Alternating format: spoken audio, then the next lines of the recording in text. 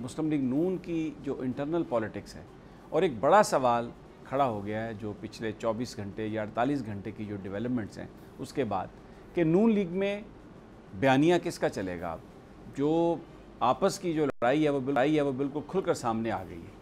शहबाज शरीफ साहब जो कोशिशें कर रहे हैं, मरीम नवाज़ साहबा और उनके साथियों ने उनको बिल्कुल पब्लिकली तारपीडो कर दिया।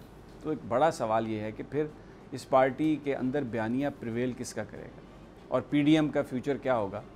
मौलाना फजलुर रहमान किसके पलड़े में अपना वज़न डालेंगे। एक तो ये चैलेंज है शहबाज शरीफ साहब के लिए पॉलिटिकल फ्रंट पर, अपनी पार्टी को किस तरीके से वो उस पर कंट्रोल इस तरह से कर सकें कि जहाँ पर जो दूसरे स्टेक होल्डर्स हैं उनके सामने वो ये जाके कह सकें कि मैं ही हूँ मुस्लिम लीग नून का नुमाइंदा और उनके बिहाफ पर बात कर रहा हूँ।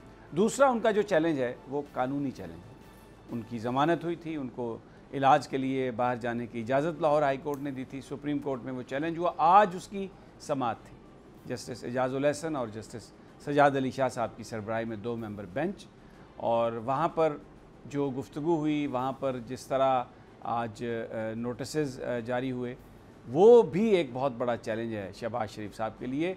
बज़ाहिर ऐसा लगता है कि शायद उन्हें बाहर जाने में जो उनकी जो कोशिश है उसको बड़े चैलेंजेस हैं। कामयाब होना या ना होना उसमें वो तो बात की बात है, लेकिन अभी he is facing lot of challenges.